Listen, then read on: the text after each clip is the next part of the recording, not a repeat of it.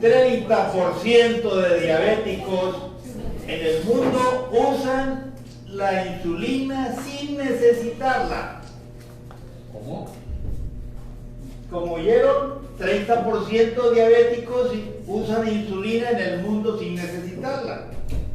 El mes pasado fue del hígado graso, ¿este mes de qué es? Perdón. Bueno, no todo el mes, ¿verdad? Pero vamos a tratar de darle secuencia al tema de la energía. Pero aquí se nos cruzó que había un caso muy especial y se lo dedicamos a esa persona. Bien. Sí, sobre el tema, ¿no? Es una persona que se inyecta insulina y que consideramos que muy probablemente, casi seguro, es posible que deje de inyectarse esa insulina, ¿verdad? Pues el resto de sus días, ¿no? Y entonces por eso es que hablamos sobre el tema. Esa es la razón, se sale de la secuencia que teníamos y por eso lo tocamos. ¿Bien? Gracias. Entonces se puede decir que es algo que surgió hace un ratito, no estaba programado este tema, pero por eso lo tomamos, ¿no? Entonces, bienvenidos mis amigos de América que nos ven, nos escuchan, de los diferentes grupos de WhatsApp y Facebook que están conectados. Bien, el tema, 30% de diabéticos usan insulina sin necesitarla. ¿Por qué es importante que ustedes tengan el conocimiento Porque pues es que es una barbaridad de gente en el mundo que consume un medicamento, un sustituto de una hormona que produce normalmente en nuestro cuerpo, en nuestro órgano páncreas, y que pues el uso ese de insulina va a llevar a que la persona tenga trastornos de diferente tipo, hormonales. ¿Sí? ¿Por qué? Porque a la larga va a ir bloqueando la producción normal de insulina, ¿sí? Cuando no tiene un faltante, pues, o sea, que no esté alterada, como vamos a ver, ¿sí? En la valoración, no es que esté alterada la producción de insulina, sino que resulta, ¿por qué le dieron la insulina a esa persona que no la necesitaba? Seguramente porque su alimentación, su estilo de vida, era, digamos, muy complejo, muy lleno, muy cargado de una serie de alimentos que están cargados de azúcares, a lo mejor consume bebidas alcohólicas, consume mucha fructosa, y entonces esto está llevando a que se incremente el hígado graso, ¿sí? En la persona, muy probablemente, y lo que va a suceder es que va a requerir más insulina, porque en esas situaciones la insulina no actúa y entonces pareciera, ¿sí? O sea, los niveles de azúcar no bajan y entonces le dan un medicamento tomado de los más modernos y le dan otro y le dan otro, y a veces hay cócteles de 3, 4, 5 medicinas tomadas y entonces no logran controlar el nivel de azúcar en sangre y entonces se agrega la insulina. El problema de fondo, o por qué la falla, es porque hay un error teórico en la concepción del profesional de la salud que está manejando el caso. Y es que en las escuelas de medicina, la verdad es que nos enseñan muchas cosas que no tienen que ver con la realidad, y a veces pesan más los intereses de los fabricantes de alimentos y medicinas para nosotros estar recomendando o usando tales y cuales alimentos, tales y cuales medicinas, ¿no? Y entonces por esa razón es que hay un sobreuso de las insulinas en el mundo. Actualmente tomen en cuenta que la insulina es, digamos, quizá el producto farmacéutico más rentable que hay en el mundo, ¿sí? O sea, ¿por qué? Porque en la cantidad si consideramos que 1/3 de la población mundial es diabética, aunque de ese tercio la mitad no lo sabe, pero es diabética, si consideramos que otro tercio, además, digamos, está en camino a hacerlo por el estilo, el tipo de alimentación que lleva, entonces es una barbaridad, son miles de millones de personas en el mundo con la problemática. Y bueno, aquí se facilita lo fácil, nos vamos a veces a lo fácil, los profesionales de la salud, y entonces, bueno, no controlamos el azúcar. ¿Por qué? Porque comió, qué sé yo, muchos tamales, o comió muchos panes, o tomó muchos refrescos, y entonces ahí es un descontrol con su azúcar en sangre. Lo que no se toma en cuenta es que lo principal no es el azúcar en la sangre, sino que lo principal es el azúcar que tenemos a nivel celular. Y entonces en ese sentido tiene una gran importancia, ¿verdad?, el entender bien cómo se da cómo se genera el padecimiento de la diabetes y en qué consiste la resistencia a la insulina, que es la mayoría de los casos, y el sobreuso de la insulina. La insulina hay que considerar que nos va a alterar todas las hormonas, o sea, nos va a alterar las hormonas tiroideas, nos va a alterar las hormonas suprarrenales. La insulina está ligada al sistema nervioso simpático, entonces nos va a estimular las hormonas adrenérgicas, las que nos aceleran, las que nos alteran, nos preparan, digamos, para el conflicto, para el pleito y para el correr, ¿verdad?, cuando tenemos una amenaza, ¿no?, o un miedo determinado. Y entonces, bueno, aquí la importancia de que vean, de que escuchen esta presentación en vivo es para que se comprenda de manera completa cómo es el proceso y cómo se puede evitar y corregir. Bien, entonces, con relación a cómo retirar la insulina en el diabético tipo 2, que es el caso, la mayoría de los casos, se puede decir, consideremos que el 90% de los casos de diabetes en el mundo es tipo 2 y que fue resultado principalmente, en su mayoría, del tipo de alimentación que lleva la persona, aunque muchos de ellos también se les agrega el daño causado, hay algún pequeño daño, pero eso no quiere decir que requieran insulina. O sea, si una persona tiene algún daño parcial en el páncreas, por ejemplo tipo 2, si es tipo 2 y digamos está en contacto con sustancias químicas, por decir algo, y entonces esas sustancias químicas le afectaron, digamos, en su nivel de producción de insulina, no quiere decir que tenga que inyectarse insulina, simplemente basta con hacer un ajuste, ¿verdad?, en tu estilo de vida, y entonces puede mantenerse aún en ese caso sin insulina. Es diferente cuando se trata de un diabético tipo 1, insulino dependiente, en donde hay un daño en real, digamos, de más del 50% en la producción de insulina. Todo eso se puede medir con estudios. Vemos la insulina en ayuna, primer paso, la valoración. Yo me baso en una fórmula, la fórmula que yo aplico se llama BAEMA, sí, y es exclusiva de tu servidor, ¿verdad? Es un producto nuestro, y entonces para simplificar partimos de la B, valoración, sí, insulina en ayunas, hemoglobina glucosilada. La insulina en ayunas tendría que tener un nivel aproximado máximo de 5. Cuando tenemos, me he encontrado casos, por ejemplo, este mes, una persona que nos visitó de California, de los Estados Unidos, marcó 45 el nivel de insulina, ¿sí? Y le estaban, digamos, aplicando insulina. Y entonces ahí era un error. Un error, ¿por qué? Porque la causa, digamos, de sus trastornos con relación al azúcar tenía que ver, digamos, con el tipo de alimentación que ella consumía allá. Y entonces aquí, pues, por supuesto, ¿verdad?, empezamos a reducirle.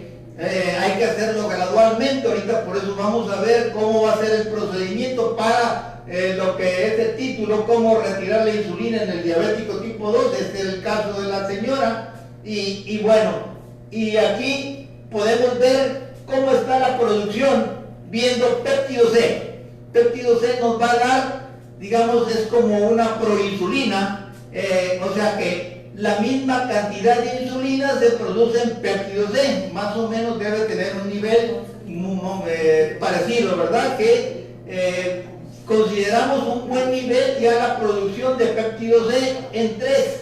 Ya cuando está por debajo de ese nivel quiere decir que ahí empieza la deficiencia, ¿no? Si tenemos, por ejemplo, quiere decir un 2 en el nivel, digamos, de producción de péptido C, quiere decir que hay una pequeña falla ahí, ¿verdad? Pero no es muy grande la falla, pero ya cuando tiene menos de 1.5, entonces ya estamos considerando que hay un daño en el páncreas, por lo menos del 50%, y entonces ya ahí hay que tener otras consideraciones, ¿no? Y bueno, la hemoglobina glucosilada nos va a dar simplemente el promedio de azúcar que tenemos en los últimos 120 días. Y eso nos da una guía de cómo estuvo nuestra alimentación y cómo estuvo nuestra atención médica. Con eso normalmente hemos venido calificando el trabajo de nuestro médico. Cuando nuestro médico nos mantiene con un nivel por arriba de 7, ¿verdad? Luego de varios meses, digamos, de aplicación, de atención, entonces la solución es que hay que cambiar de médico, ¿no? Porque pues no está resolviendo nuestra problemática, y entonces en ese sentido podemos calificarlo, ¿no? Se vale y es más conveniente para cualquier persona.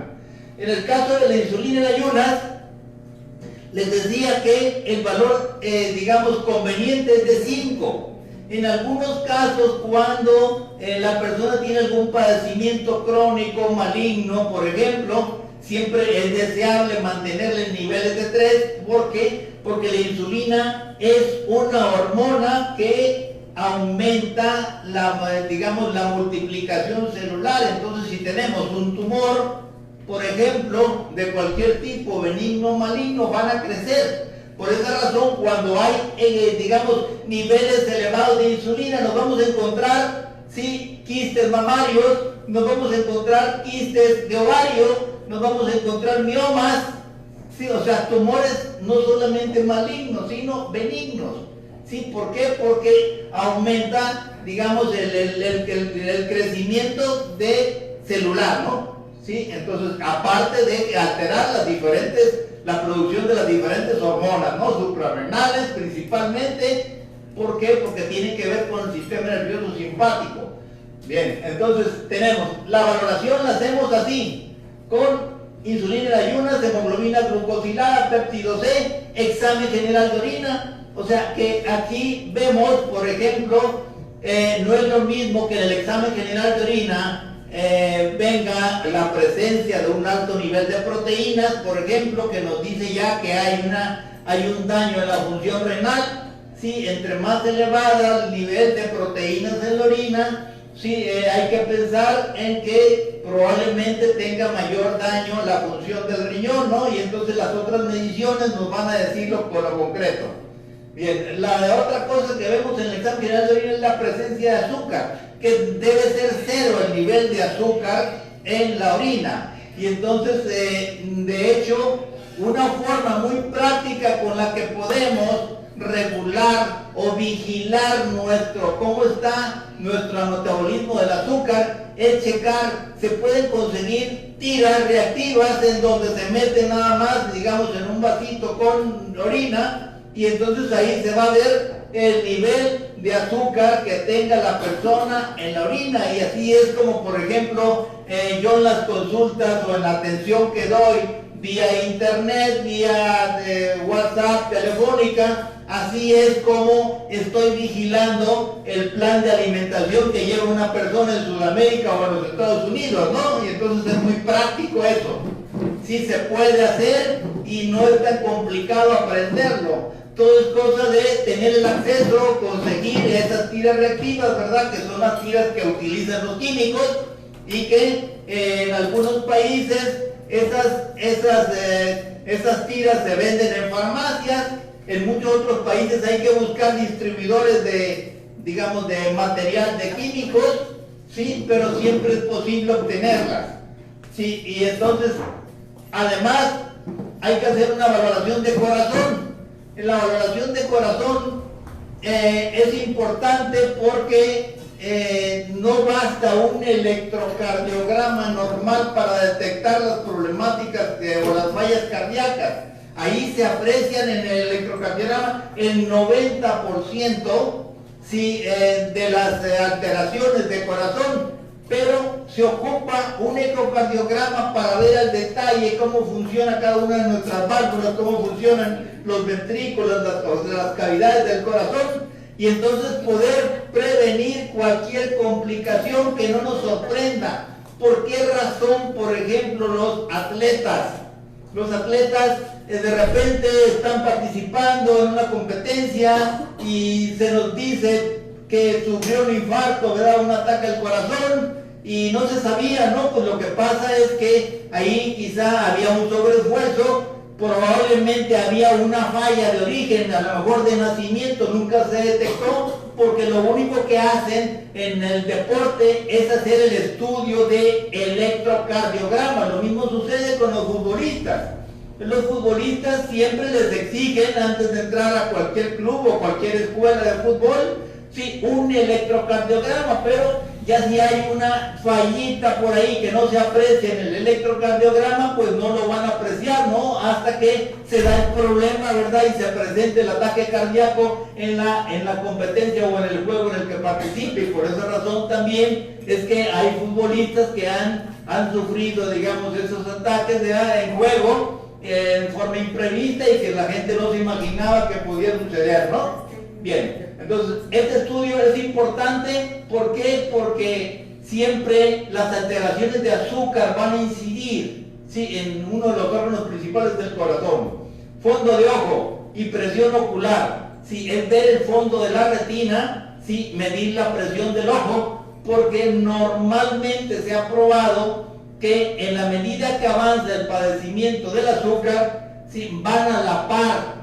Según los estudios, cuando hay algún problema en la vista debido al azúcar, seguro va a haber un problema más o menos del mismo nivel en el riñón. Y al revés, si alguien tiene algún problema de riñón, ¿verdad?, y no se ha estudiado los ojos, pues hay que hacerlo, porque seguramente debe de tener algún nivel de deterioro en el fondo de ojo, en la retina, y entonces hay que revisarlo, ¿no? Y ver y prever, por un lado, controlar, asegurar, bajar los niveles de azúcar a nivel celular, y por otro lado, pues hacer la corrección debida para, por lo menos, para detener el avance de la complicación, ¿no? Entonces es lo que se hace en estos casos.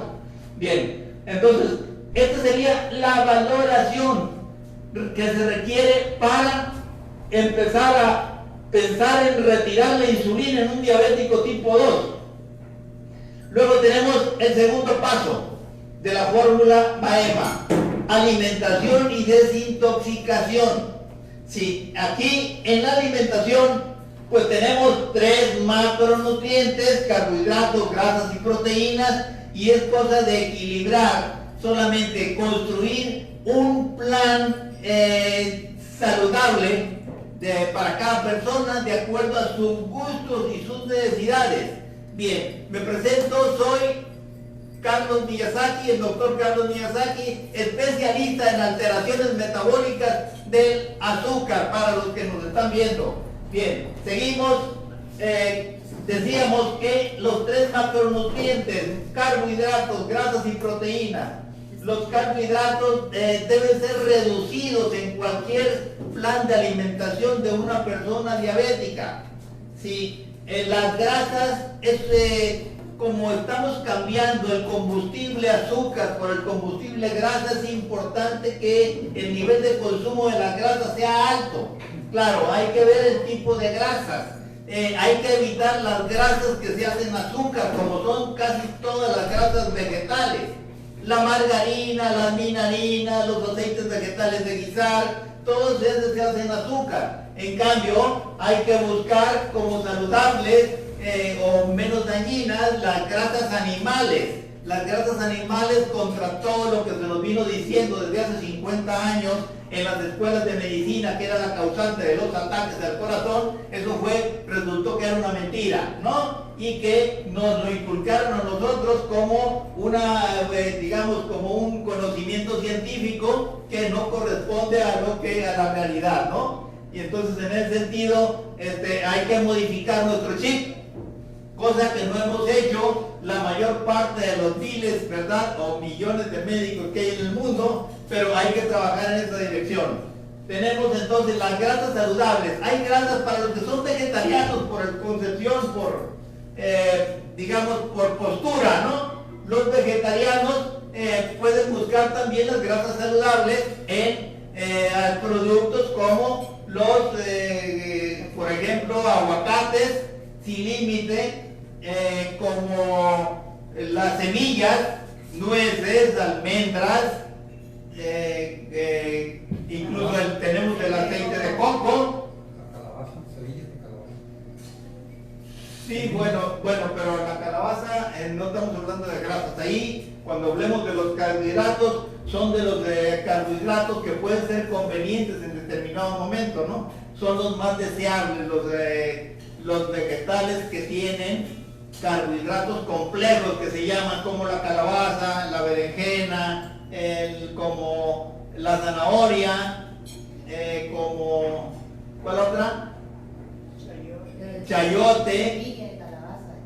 Sí, dijimos betabel.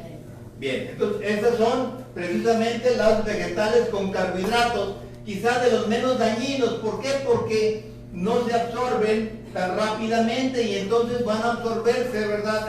No en el estómago, sino que van a absorberse hasta el intestino, van a parar al intestino grueso, y además, como tienen este tipo de vegetales, tienen prebióticos, entonces sirven de alimento a la flora intestinal, ¿no? Por eso son convenientes y saludables, no en todos los casos, ¿verdad? Repito, porque aquí estamos hablando de cómo retirar la insulina. Es un proceso en su momento, pero nos adelantamos. Seguimos, proteínas. Aquí las proteínas son indispensables para muchas de las funciones del cuerpo, pero cuando consumimos proteínas en exceso, ¿qué sucede?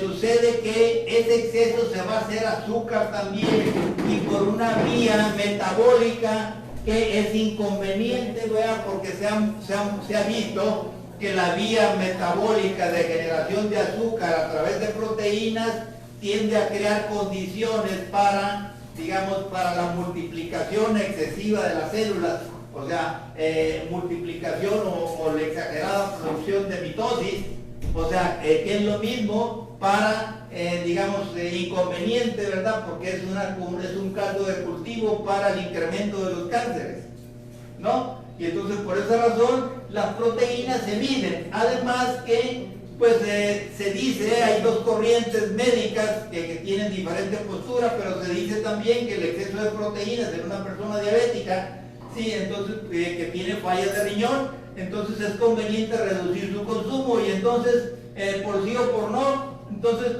fijamos en cierto límite el consumo de proteínas, que no debe de pasar de 1 gramo por kilogramo de peso, sí, al día de consumo, y de acuerdo al daño renal, pues se puede reducir, digamos, hasta 0.7 o 0.5, ¿verdad? Si hubiera insuficiencia renal, de consumo de proteínas por kilo de peso.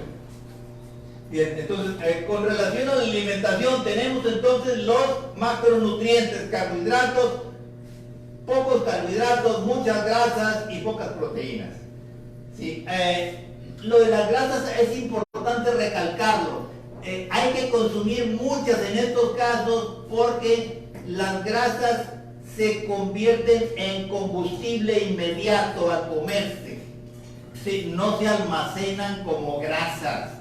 Lo que se almacena como grasa es el exceso de carbohidratos que se van a transformar, sí, en el hígado, sobre todo los que, cuando se trata de fructosa, ya vimos en presentaciones anteriores que la fructosa y el alcohol funcionan igual, y que se van derechito al hígado sin ningún uso energético, y entonces ahí en el hígado son transformadas para ser almacenadas en forma de grasas.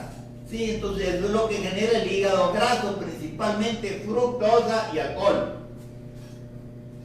Seguimos. Además tenemos en la alimentación los micronutrientes, que serían vitaminas, minerales, aminoácidos y oxígeno.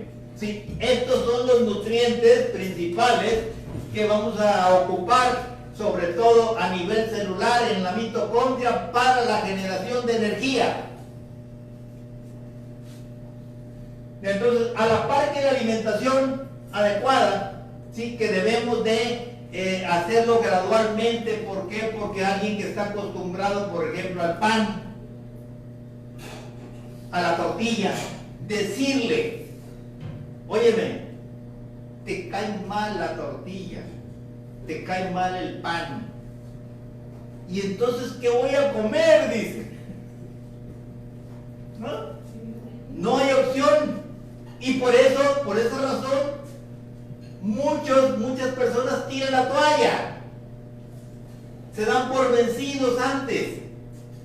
Sí, no, es que aquí los cambios nunca deben ser radicales. ¿Por qué? Porque ya tenemos establecidas rutinas en nuestro inconsciente.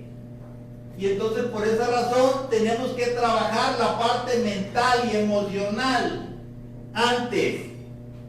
Sí, no puede ser un proceso tan radical, ¿no? Tiene que ser gradual. Y entonces en ese sentido hay que hacerle sentir a la persona que es posible avanzar aunque sea un 10% cada mes.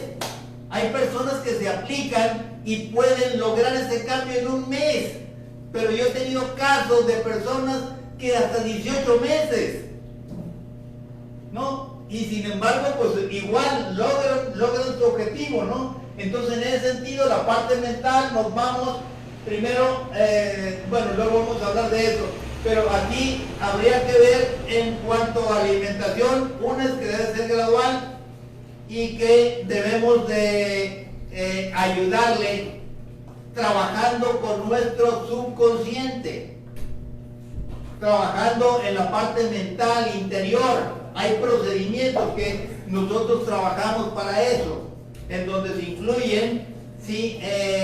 Tanto los ejercicios mentales que ya vimos el otro día para la regulación del estrés, como la atención plena, como la terapia de liberación emocional, ¿sí? Como lo que hablamos del mindfulness, si se recuerdan. Y también es posible y conveniente utilizar hipnosis para eso. Entonces, en el caso nuestro manejamos en la parte, digamos, del control del estrés. Sí, ahí manejamos lo que es la hipnosis con todos nuestros pacientes.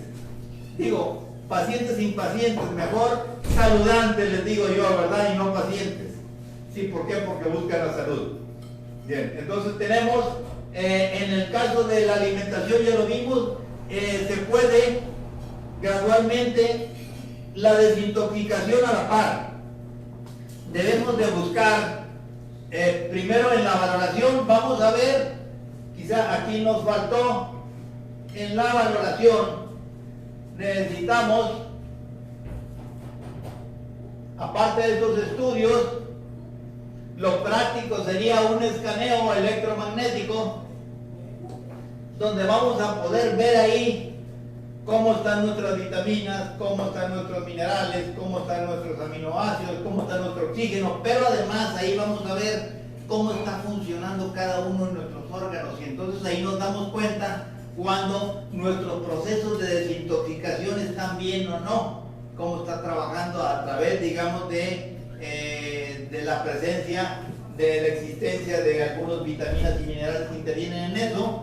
Por mencionar algo, ¿no? Por ejemplo, ahí vamos a ver los niveles de glutatión que tenemos, ¿sí? Si están elevados o son insuficientes. El glutatión es la coenzima que más interviene en la desintoxicación por parte del hígado y se consigue, se forma por el hígado a partir del azufre. y el azufre se encuentra en los ajos y las cebollas. Entonces, bueno, la recomendación ahí va a haber para que la gente, ¿verdad?, se coma kilos de ajos y cebollas para que mejore su desintoxicación si es que está mal, ¿verdad?, el problema. O bien hay otros procesos, ¿verdad?, con los que podemos ayudar a desintoxicar a las personas. Pues se trata de que lo que entre sea bueno y lo que salga, y que salga lo más que se pueda de lo malo que tenemos, entre metales, toxinas y otras cosas, ¿no? Y entonces por eso no podemos dejar de tocar la desintoxicación. Muchas veces el estar intoxicado es la causa de que esté alterada la función de un órgano, como tiroides o como páncreas. ¿Sí? Y entonces al quitar una amalgama, ¿sí?, al sacar el mercurio que tenemos en nuestro cuerpo o el plomo, ¿sí?, entonces ya cambia la condición para el funcionamiento del organismo, ¿verdad? Y se hace más saludable y más conveniente. Entonces seguimos.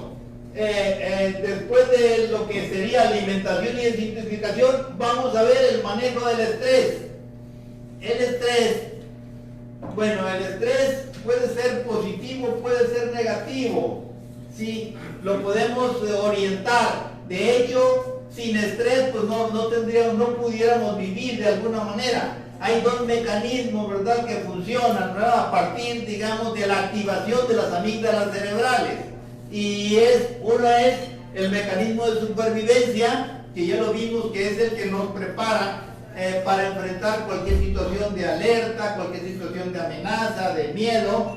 O bien tenemos el mecanismo de adaptación, que es el que nos, al revés, nos aplaca, nos da lucidez, despierta todas nuestras actividades mentales, nuestra conciencia, la capacidad de resolver problemas, la capacidad de toma de decisiones, la memoria, el aprendizaje. Todo eso se activa con el mecanismo de adaptación, como aplastando las amígdalas cerebrales, como lo veíamos el otro día, ¿sí? Y entonces, en ese sentido, más búsqueda de la adaptación diaria y control de la supervivencia para que no nos altere, porque el mecanismo de supervivencia es que nos va a alterar todas las funciones del cuerpo. ¿Sí? ¿Por qué? Porque nos mantiene en una alerta y una amenaza, ante una amenaza permanente, y entonces eso nos mantiene desequilibrado en toda la producción de nuestras hormonas, sobre todo del cortisol. ¿Sí? Pregunta de María. En la desintoxicación, ¿el ajo y la cebolla hay que consumirlo crudo? Que haga kimchi. Eso sería lo ideal. ¿Por qué? Porque ahí vamos a tener 6 veces más nutrientes, ¿sí?, que en lo crudo, ¿no? Y pues cocido, pues olvídate, eso ya no tiene nada. Entonces lo crudo, o sea que lo menos beneficioso es el cocido, lo medio beneficioso es el crudo, y si lo hace fermentado, como lo vimos en el caso del vegetal fermentado kimchi, estilo coreano japonés, entonces ahí vamos a tener multiplicado nuestro efecto. Entonces, en el control del estrés, si ese estrés, entonces ya vimos la conveniencia de que con actividad mental, hipnosis y todos los ejercicios mentales podemos estimular nuestro mecanismo de adaptación. Sí, eso estimula la adaptación, eso aplaca digamos, la respuesta de supervivencia del ser humano. Sí, por eso recomendamos ese tipo de ejercicios. Bien, luego seguimos con lo que sería el movimiento. El movimiento, lo más importante pues es la movilidad. Si estás moviendo, ya lo demostraron, digamos, los científicos los médicos de la NASA, que el movimiento es más importante que el ejercicio. Hay que moverse más que ejercitarse. De nada sirve hacer mucho ejercicio, 4 horas de fútbol o de, qué sé yo, tenis diario, si nos la pasamos 2, 3 horas sentados, ¿verdad?, viendo televisión o viendo una serie en Netflix o qué sé yo, ¿no? O en la oficina. Y entonces, en ese sentido, hay que moverse pues cada 15 minutos, por lo menos 1 minuto, o pararse. Ya con estar parado ya es un estado, una postura de alerta. Entonces, ese movimiento, pues esto es fundamental, ¿no? Para las funciones de los diferentes órganos del ser humano. Luego tenemos como complemento los ejercicios de óxido nítrico que hicimos el otro día aquí en vivo, ¿sí? Que los 4 ejercicios diarios que recomienda el doctor Mercola, ¿sí? Él es el que más lo ha difundido a nivel mundial, lo pueden encontrar en internet. Y tenemos los ejercicios de alta intensidad, en donde son los ejercicios por pausas, ¿no? De 30 segundos de activación rápida, en donde se consigue, se tiene que lograr en esos ejercicios de activación rápida, se tiene que lograr que se le salga a uno el corazón, sienta que se le está saliendo, que no aguanta respirar, se está ahogando, y que se le embalan las piernas, ¿no? Cuando se logra eso es que hizo bien sus ejercicios de alta intensidad o de activación rápida. Mil uno, ¿Sí? mil dos. ¿Eh? Mil uno, 1000. 3000. Entonces seguimos con lo que es la aptitud y la aptitud. Entonces, bueno, aquí para lograr nosotros un cambio de hábito, que aquí vamos a tener que ocupar sobre todo cierta disciplina y cambiar nuestros hábitos que tenemos de toda la vida, ¿no? No es fácil, pero aquí ocupamos 3 cosas. Primero, fe, o sea, la fe de que con eso que podemos lograrlo, ¿no? ¿Sí? Que podemos lograrlo y que vamos a obtener resultados extraordinarios que nos van a beneficiar en nuestra vida, ¿no? Entonces es importante la fe. Segundo lugar, fuerza de voluntad. Claro, no basta la fe y la fuerza de voluntad, ¿verdad? Pero la fuerza de voluntad también contribuye. Tomamos la decisión, no, yo sí quiero mejorar y yo voy a entrarle a esto y voy a hacer esto hasta que lo aprenda. Sí, entonces eso se requiere. Pero si con estas 2 cosas no es suficiente, ocupamos tener conciencia de cómo está nuestro cuerpo y lo que podemos lograr, ¿sí?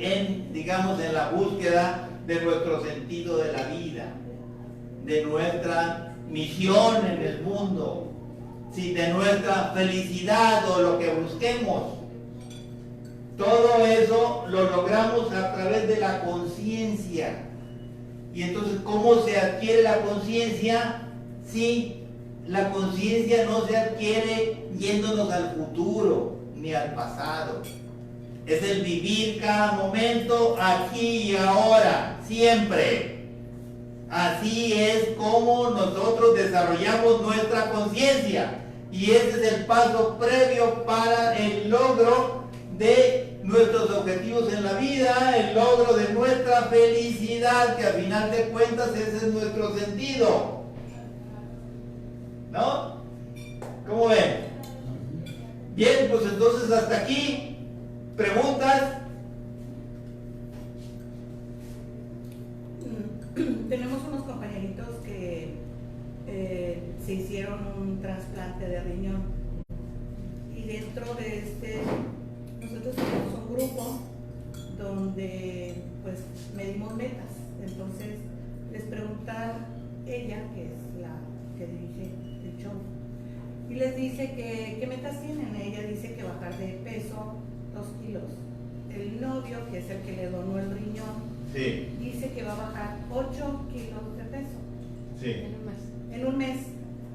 Entonces, pues nosotros le dijimos que pues era muy peligroso, muy riesgoso por la situación, pero ellos como que no lo creen. ¿Tú qué opinión nos das sobre eso? Sí, mira, es que cada caso es diferente. Si por ejemplo yo he tenido casos en donde personas que han bajado, pues en términos generales promedio, se puede decir, digamos que la reducción de 1 kilogramo por semana es el término promedio. Sí, o sea, si hablamos de 8 kilos, pues para mí me parecería muy normal 8 kilos en 2 meses, ¿no? Sí, siguiendo, digamos, un tipo de alimentación sin estar sometido a dietas estrictas. O, digamos, bueno, una es que no estoy de acuerdo con las dietas. Yo pienso que las dietas a final de cuentas, la dieta puede convertirse en una amenaza.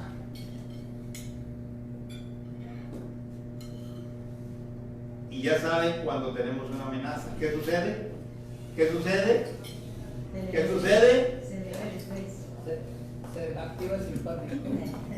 Se activa el simpático. ¿Por qué se activa el simpático? Por la amenaza. ¿Qué es lo que se crece con la amenaza? El estrés. Las amígdalas cerebrales. ¿Ya? Entonces, esta dieta inconscientemente va a ser una amenaza para esa persona. Y de engordar. ¿Sí? Y entonces, ¿qué va a suceder?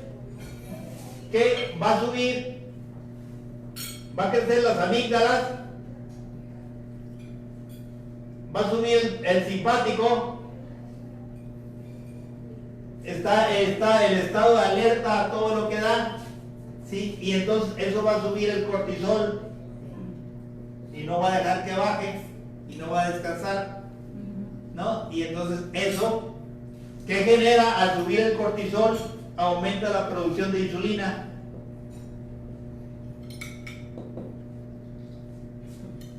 ¿No? Y al aumentar la producción de insulina, le va a dar más hambre, se va a estar muriendo de hambre.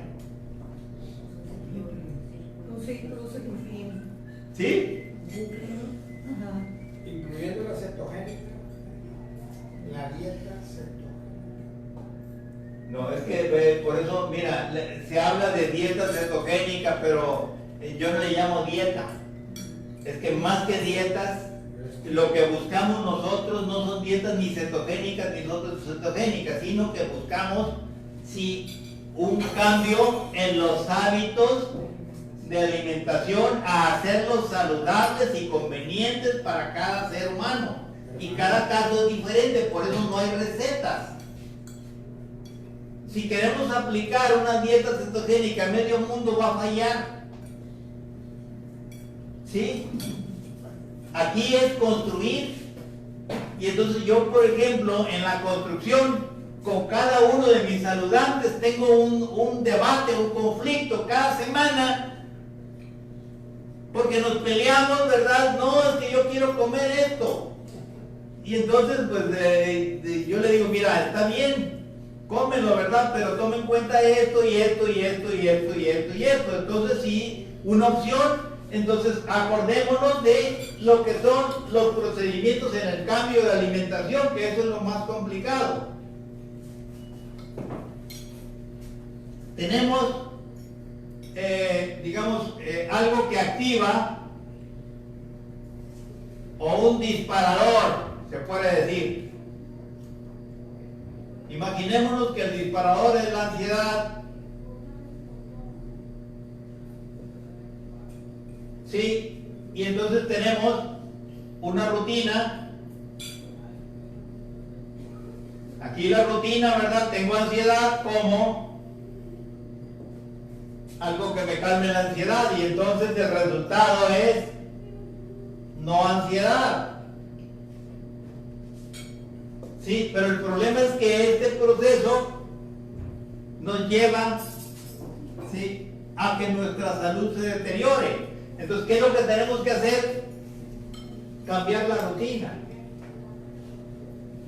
Porque esto no lo vamos a poder eliminar.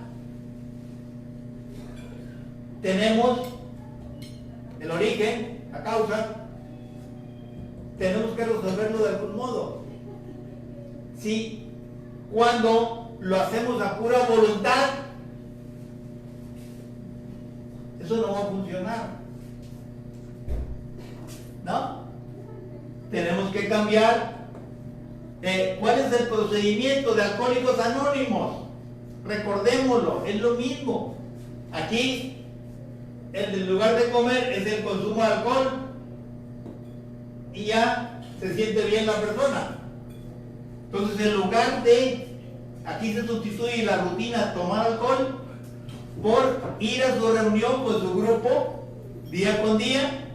Y entonces así es como calma su ansiedad, su desespero. No, entonces aquí esto, por supuesto, requiere lo que dijimos, ¿verdad? Fe, fuerza de voluntad,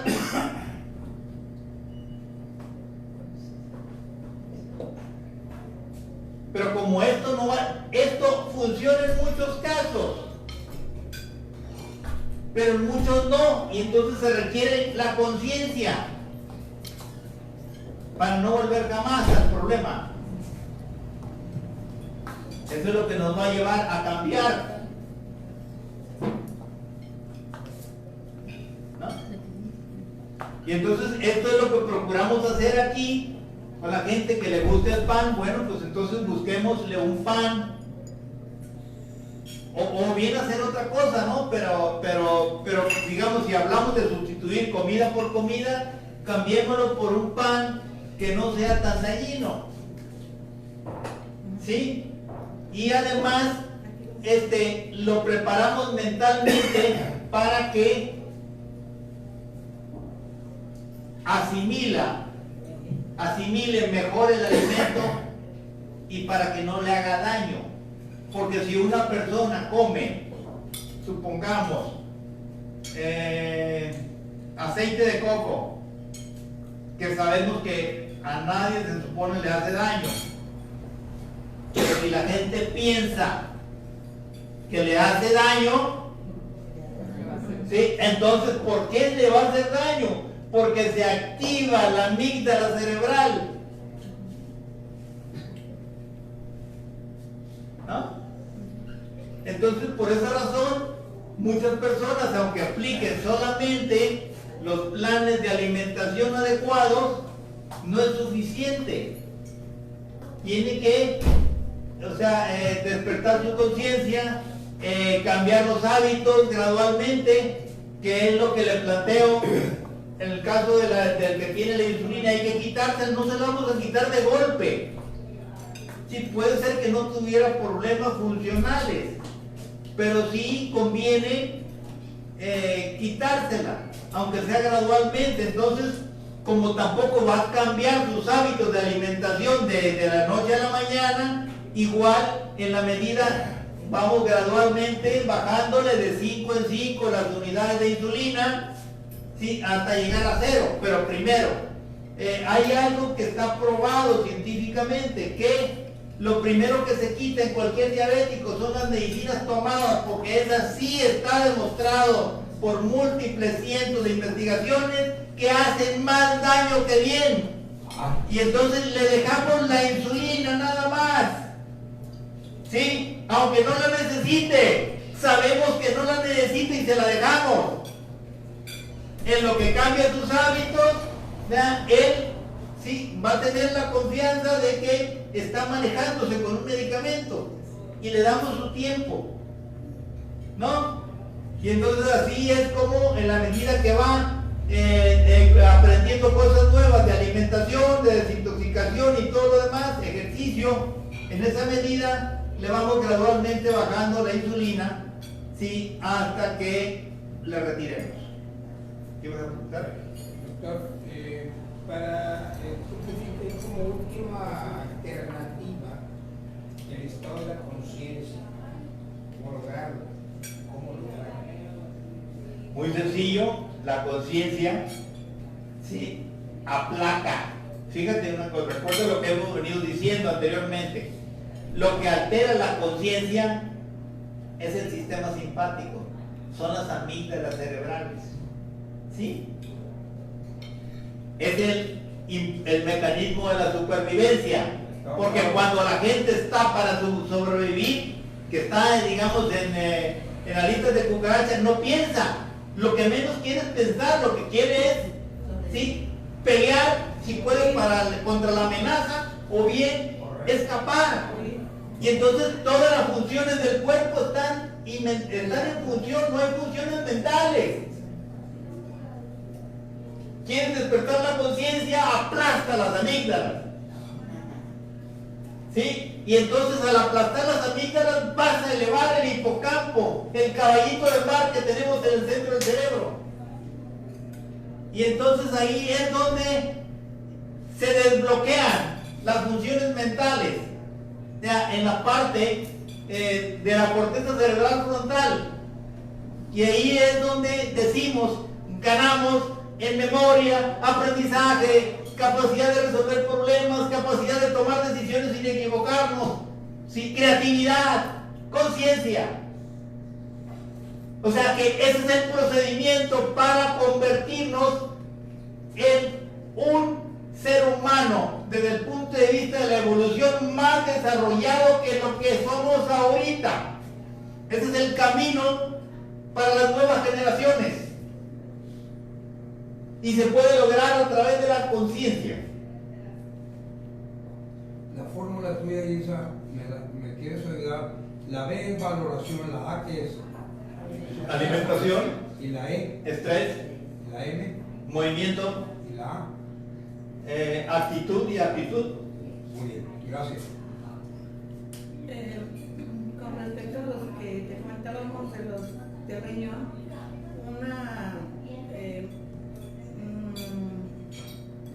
una actitud de defensa que tenían ellos ayer era, sí, vamos a empezar la dieta,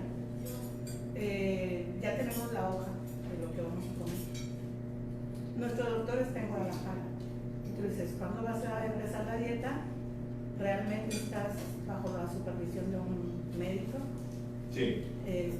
La importancia de, pues, cuídate. ¿Cómo vas a vivir en 5 o 10 años? ¿Cómo va a ser tu vida en 5 o 10 años si no te cuidas?